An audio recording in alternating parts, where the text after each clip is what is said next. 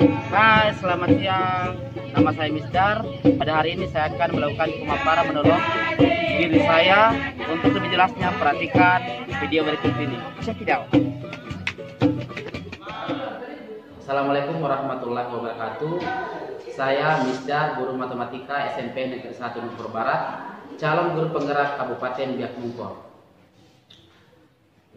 Untuk mentransfer dan menerapkan pengetahuan yang saya peroleh selama mengikuti program guru penggerak yang diadakan oleh Kemendikbud, khususnya di sekolah tempat mengajar saya atau di lingkungan asal saya, yang pertama adalah terlebih dahulu saya akan meminta izin dan konsultasi kepada pendamping saya yang selama ini mendampingi saya, memberikan support dan semangat sampai saya bisa bertahan di titik ini.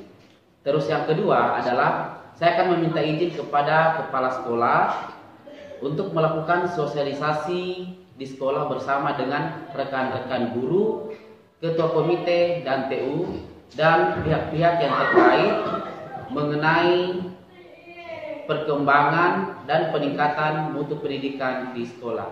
Yang ketiga, jika saya diberikan izin dari kepala sekolah, saya akan mencari waktu untuk mengadakan sosialisasi mengenai guru penggerak ini. Tentunya ya saya akan memperkenalkan apa sih guru penggerak itu, untuk apa Kemendikbud mengadakan suatu program guru penggerak, dan apa tujuan dari program guru penggerak itu sendiri.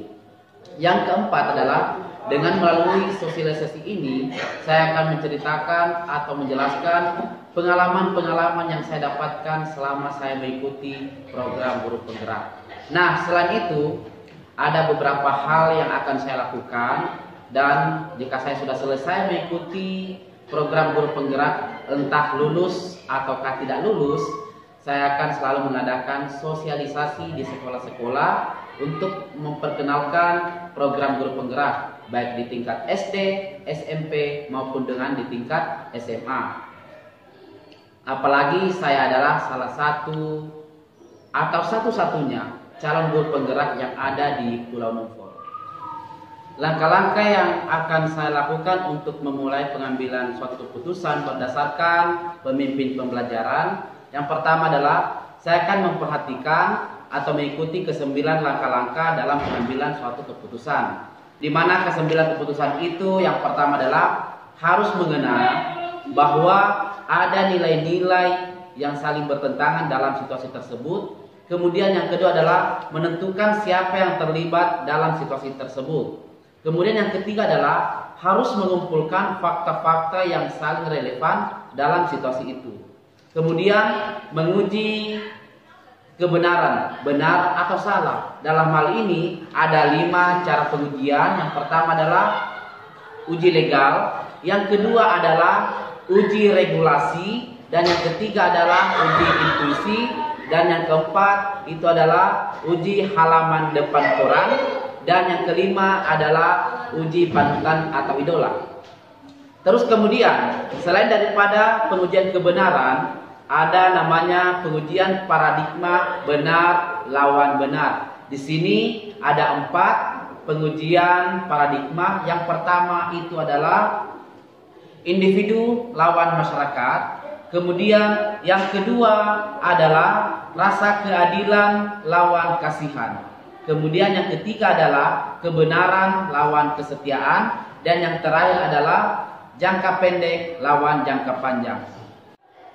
Selain pengujian paradigma benar lawan benar, yang keenam itu adalah melakukan prinsip resolusi. Di mana prinsip resolusi di sini ada 3 hal yang paling atau penting untuk kita gunakan dalam penyelesaian masalah. Yang pertama adalah berpikir berbasis hasil akhir.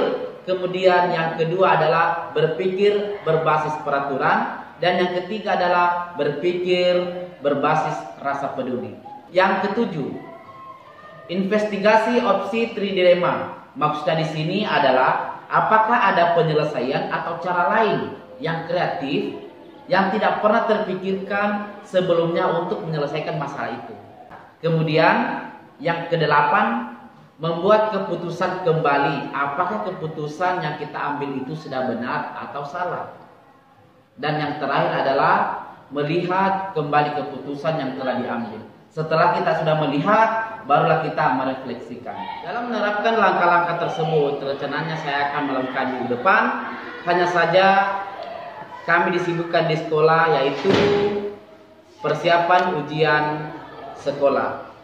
Ya, persiapan ujian sekolah ini di mana pada saat ini siswa kelas 9 telah melaksanakan ujian praktek. Setelah ujian praktek akan dilaksanakan ujian sekolah. Sehingga waktu untuk sosialisasi bersama dengan rekan-rekan guru, kepala sekolah, kemudian tata usaha dan ketua komite itu waktunya sedikit saja. Sehingga saya akan melakukan atau mencari waktu melakukan sosialisasi dalam hal ini setelah selesai ujian sekolah siswa kelas 9. Yang menjadi pendamping saya di sini adalah tentunya kepala sekolah sebagai pengambil kebijakan tertinggi di sekolah. Kemudian yang kedua adalah rekan-rekan guru sebagai teman kolaborasi sekaligus teman diskusi dalam pengambilan keputusan yang telah saya ambil sebelumnya.